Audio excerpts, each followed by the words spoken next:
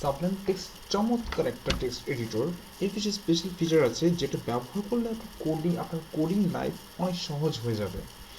এরকমই একটা হচ্ছে আসলে প্রজেক্ট ম্যানেজ করা। যেমন আমরা সহজেই অনেকগুলো প্রজেক্টের কাজ সাবলাইম টেক্সট দিয়ে করতে পারি এবং এই প্রজেক্টগুলোকে গুছিয়েও সাবলাইম টেক্সট রাখতে পারি। তো দেখা যাচ্ছে যখন আমার যে প্রজেক্ট করার প্রয়োজন সেই প্রজেক্টটির কোডগুলো শুধু আমি সেই মুহূর্তে ওপেন করবো আর প্রয়োজন শেষ ওই প্রজেক্টটি বন্ধ করে কাজ করব, ইনস্ট্যান্ট অন্য একটা প্রজেক্টে সুইচও করতে পারবো। তো দেখা যাক আমরা সাবলাইম টেক্সট দিয়ে কী করতে পারি। তো প্রথমে যখন আমরা নতুন একটা প্রজেক্ট তৈরি করব, তো সেক্ষেত্রে Ctrl+Shift+P দিয়ে অ্যাড লিখলে প্রজেক্ট অ্যাড ফোল্ডার। তো আমার যে প্রজেক্টটি আছে সেই প্রজেক্টটি পাথ আমরা দেখিয়ে দিতে হবে। তো আমার সেই স্পেসিফিক পাথটি আমি খুঁজে বের করি। ধরুন আমি একটা দিয়ে শুরু করছি, প্রথমে অ্যাঙ্গুলার ওয়ার্ল্ড। তো ধরুন আমি এই ফোল্ডারটি প্রজেক্ট হিসেবে এখানে ওপেন করলাম। ওপেন করার পরে এখন আসলে নর্মালি ওপেন করলে আমি ক্লোজ করলে এটা চলে যাবে হবে, কিন্তু আমি যদি সবসময়ের জন্য প্রজেক্টটিকে সেভ করে রাখতে চাই সেজন্য আমাকে প্রজেক্টটি সেভ করে রাখতে হবে। সেজন্য আবার Ctrl+Shift+P লিখে সেভ লিখলেই প্রজেক্ট সেভ অ্যাজ আসবে। এখন দেখুন যে কোনো এই প্রজেক্ট সাবলাইম টেক্সটের প্রজেক্টগুলো সেভ করার জন্য এক্সটেনশন হিসেবে .sublime-project লিখতে হবে।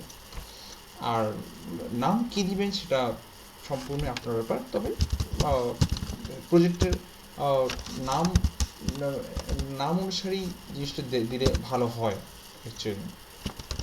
তো আমিও সেই কাজটি করছি। আর কোথায় রাখবেন, তো কোথায় রাখার জন্য আমি আসলে মনে করি সবগুলো প্রজেক্ট একটা নির্দিষ্ট ফোল্ডারে যদি রাখি তাহলে আমি পরবর্তীতে সবসময় একই জায়গাতে সবগুলো প্রজেক্ট দেখতে পাবো। তো সেই জন্য আমি আসলে কী করি, হোম ফোল্ডারে একটি ফোল্ডার তৈরি করে সাবলাইম প্রজেক্ট নামে একটি ফোল্ডার তৈরি করে সেখানে আমি সব কিছু রাখি, যে কাজটা এখন করছি, এবং ভবিষ্যতে সবগুলো প্রজেক্ট আমি রাখবো। তো আমি আমার সব প্রজেক্টের ফাইল এখানে অ্যাক্সেস করতে পারছি। তো দেখা যাচ্ছে আমি একটু দেওয়ার পরে এখন আমি প্রজেক্ট ক্লোজ করতে যাচ্ছি। ধরলাম ক্লোজ লিখে Ctrl+Shift+P চেপে ক্লোজ লিখে প্রজেক্ট ক্লোজ করে দিলাম, আমার প্রজেক্টটি ক্লোজড। আচ্ছা, এখন আমি নতুন আরেকটি প্রজেক্ট নিয়ে কাজ করতে চাচ্ছি ধরুন। তো সেক্ষেত্রে আবার একই স্টাইলে Ctrl+Shift+P চেপে অ্যাড ফোল্ডার চিনিয়ে দেই। ধরুন টেস্ট লারাভেল নামের আরেকটি প্রজেক্ট নিয়ে কাজ শুরু করছি, ওপেন করলাম। এখন আমি প্রজেক্টটি আবার Ctrl+Shift+P চেপে সেভ করবো, save project as sublime.test laravel, দেন সাবলাইম ওই ফোল্ডারে যে জাস্ট সেভ করে দিলাম। ওকে, গ্রেট।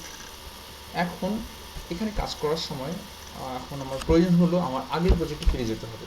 তো সেক্ষেত্রে খুব সহজেই আসলে আমরা এক প্রজেক্ট থেকে অন্য প্রজেক্টে সুইচ করতে পারবো সাবলাইম টেক্সটে।